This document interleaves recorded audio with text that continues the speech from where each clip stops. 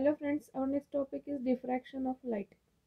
लाईटचा एक फेनॉमिनन आहे, जसं इंटरफेरन्स आपण फेनॉमिनन पाहिला होता, तसंच डिफ्रॅक्शन हा पण एक फेनॉमिनन आहे. म्हणजे ही घटना आहे जी नेचरमध्ये ऑलवेज आहेच, ती एक्झिस्टन्समध्ये.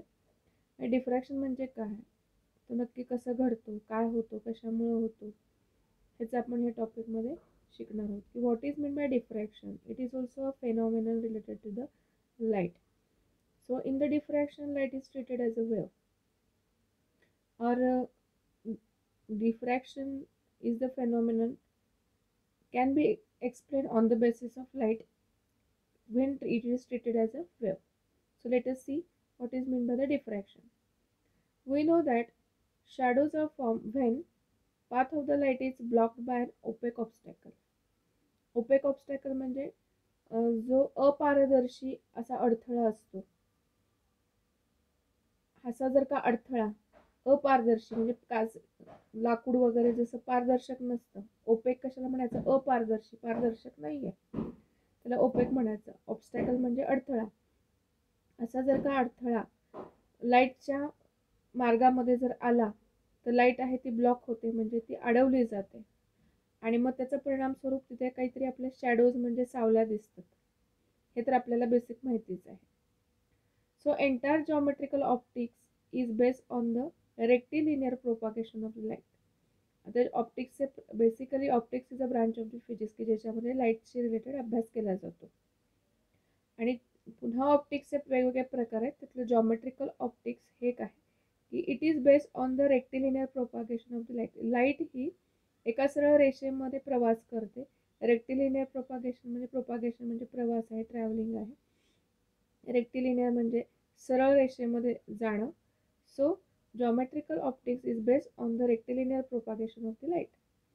However, as discussed earlier, phenomenon exhibited by the light such as interference can only be explained by considering the wave nature of the light. Interference हा जो फेनॉमेनन आपण ह्याच्या डिफ्रॅक्शनच्या आधीच्या काही व्हिडिओज आहेत त्याच्यामध्ये आपण शिकलेलो आहोत. तो जो फेनॉमेनन आहे तो आपण एक्सप्लेन केलेलाच आहे. त्याचं काय आहे थ्योरी पाहिलेली आहे.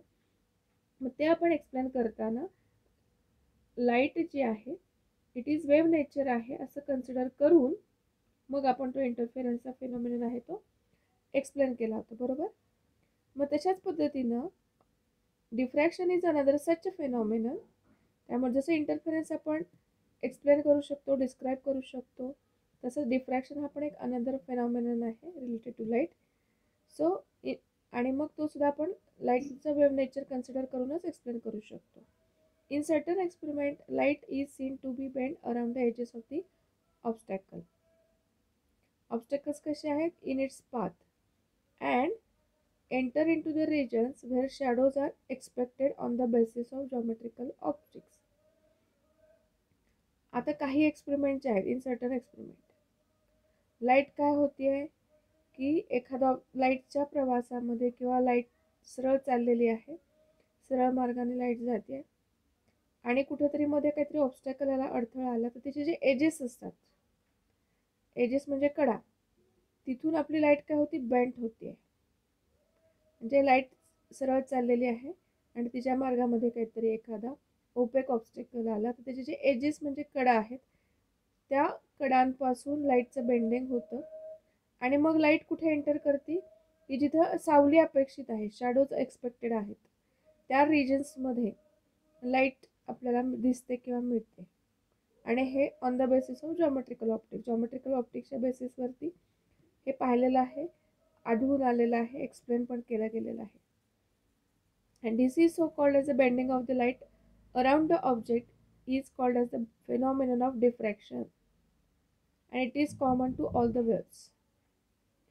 थोडक्यात जी बेंडिंग ऑफ द लाईट आहे around the objects is called as a phenomenon of diffraction. आणि ऑल काइंड ऑफ जे वेव्स आहेत त्यांच्या हा डिफ्रॅक्शनचा फेनॉमिनन आहे तो कॉमन आहे. We are very familiar with the fact that sound waves travel around obstacles. आता हा आपण डे टू डे लाईफमध्ये एक्सपिरियन्स करतोच. इथे एक्झाम्पल दिलेलं आहे. We can hear someone talking even though there R obstacles, की एखादी व्यक्ती जर का बोलत असेल आणि मध्ये काही अडथळे जरी असतील तरी पण आपण ऐकू शकतो. We can hear someone talking, म्हणजे कोणतरी बोलते, मध्ये काहीतरी अडथळे आहेत, अडथळे जरी असतील तरी पण आपण त्या व्यक्तीला ऐकू शकतो. आता एक्झाम्पल कसं दिलंय की एक्झाम्पल ऑफ वॉल म्हणजे भिंत. Wall placed between us and the person who is talking, म्हणजे आपण एका खोलीत बसलोय, दुसरी व्यक्ती दुसऱ्या खोलीत बसली आहे, तरी पण त्या व्यक्तीला आपला आवाज ऐकायला जातो ना, आपण बोलत असेल तर, किंवा ती व्यक्ती जर बोलत असेल तर आपल्याला त्या व्यक्तीचा आवाज ऐकायला येऊ शकतो. आता हे का होतं तर तिथे जे साऊंड वेव्हज आहेत त्यांचं डिफ्रॅक्शन होतं आणि हे आपल्याला हा फेनॉमेनन पॉसिबल आहे आणि हे आपल्याला फॅमिलियर एक्झाम्पल आहे. So as we will see below, light actually does not bend around the edges in diffraction. खरं म्हणजे आपण इथे जरी म्हणत असू की एजेसच्या इथं लाईट बेंड होते, तसं इथं होत नाही खरं म्हणजे. इथे सांगितलेलं आहे की light actually does not bend around the edges in diffraction. मग काय होतं, but is able to reach the shadow region. Shadow जिथे सावली पडायला पाहिजे तिथे पण बघा, हा जो पेन आहे ना, पेनची सावली पडते की नाही, म्हणजे कुठल्या बाजूनी सावली पडते बघा. जर का आपण इथे स्क्रीनकडे बघितलं तर पेनच्या लेफ्ट साईडला शॅडो पडते आणि राईट साईडला याचा अर्थ लाईट आहे, बरोबर ना. बघा इकडे लाईट पडते ना ह्या साईडला आणि इकडं शॅडो पडते, दिसते की नाही ही शॅडो पेनची, है ना. आता हा ट्रान्सपरंट पार्ट आहे पेनचा, पण हा ओपेक पार्ट आहे ना. मग आता इथली शॅडो बघा थोडीशी डार्क आहे आणि इथली कंपॅरेटिव्हली डार्कनेस कमी आहे. पण जर का इथं तर इथे इथे हे जे एजेस आहेत ना, ह्या ठिकाणी जे एज आहे, पेनची एज आहे, तिथून लाईटचं थोड्या प्रमाणामध्ये बेंडिंग होतं, त्यामुळे डार्क शॅडो पडते का बघा. ॲक्च्युली कशी डार्क शॅडो पडायला पाहिजे ना, तशी डार्क शॅडो पडते का, नाही पडत आहे.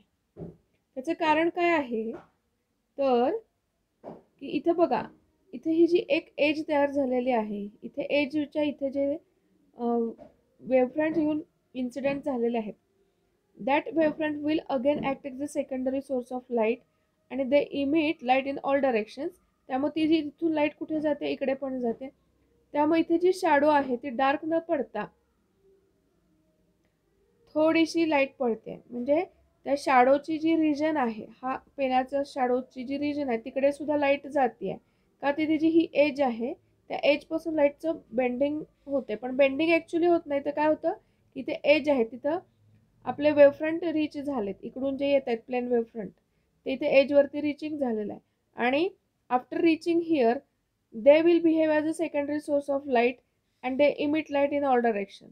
त्यामुळे इथे शॅडो पडते, शॅडोच्या रिजनमध्ये पुन्हा लाईट पण पडते, त्यामुळं पेनाची शॅडो डार्क पडायला पाहिजे असून सुद्धा डार्क पडत नाही. म्हणून इथं म्हणलेलं आहे की light actually does not bend around the edges in diffraction but is able to reach the shadow region due to the emission by the secondary source of light. कुठे आहे तो secondary source of light, on the edge of the obstacle. बघा इथं अजून मी परत दाखवते की पेनाच्या राईट साईडनं लाईट येते, लेफ्ट साईडला शॅडो, ती डार्क पडायला पाहिजे पण ती डार्क पडत नाही आहे, कारण एजेसवरती सेकंडरी सोर्स ऑफ लाईटचं इमिशन होते आणि शॅडो रिजनमध्ये लाईट पडते. So the phenomenon of diffraction is intimately related to that of the interference diffraction. ठीक आहे, डिफ्रॅक्शन कुठे इंटरफेरन्सला रिलेटेड आहे, डिफ्रॅक्शन जो आहे हा इंटरफेरन्सला रिलेटेड आहे. ठीक आहे, diffraction is essentially interference of many waves. इंटरफेरन्समध्ये 2 or more वेव्स लागतात, पण डिफ्रॅक्शनमध्ये इंटरफेरन्स होते पण तिथे मेनी वेव्स असतात, खूप साऱ्या वेव्स असतात, रादर दॅन 2. इंटरफेरन्समध्ये 2 which we have encountered in the interference. इंटरफेरन्समध्ये 2 लागतात ना, 2 किंवा जास्त चालू शकतात, पण कमीत कमी 2 लागतात. डिफ्रॅक्शनमध्ये मात्र मेनी वेव्स लागतात किंवा असतात. ठीक आहे. Also diffraction is noticeable only when size of the obstacle or slit is of the order of the wavelength of the light. लाईटची जी वेवलेंथ आहे त्याच ऑर्डरची आपली जर स्लिटची ऑर्डर असेल तरच आपल्याला डिफ्रॅक्शन नोटीस करता येतं किंवा नोटिसेबल डिफ्रॅक्शन दिसतो. A diffraction is a wave phenomenon. Diffraction हा काय आहे तर वेव्हचा फेनॉमिनन आहे. And it is applicable to sound waves as well. म्हणजे साऊंड वेव्सला सुद्धा डिफ्रॅक्शनचा हा फेनॉमिनन ॲप्लाय करता येऊ शकतो. का असं करता येतं तर as the wavelength of the sound waves are larger, diffraction of the sound is easier to observe. म्हणजे साऊंडच्या ज्या वेवलेंथ्स आहेत त्या लार्जर असल्यामुळं, मोठ्या असल्यामुळं आपल्याला साऊंडचं जे डिफ्रॅक्शन आहे इझिली ऑब्झर्व करता येऊ शकतं. तर हे होतं बेसिक. काय होतं की बेसिक डिफ्रॅक्शन ऑफ अ लाईटशी related introductory part. Any suggestion? Please comment in the box. Thank you.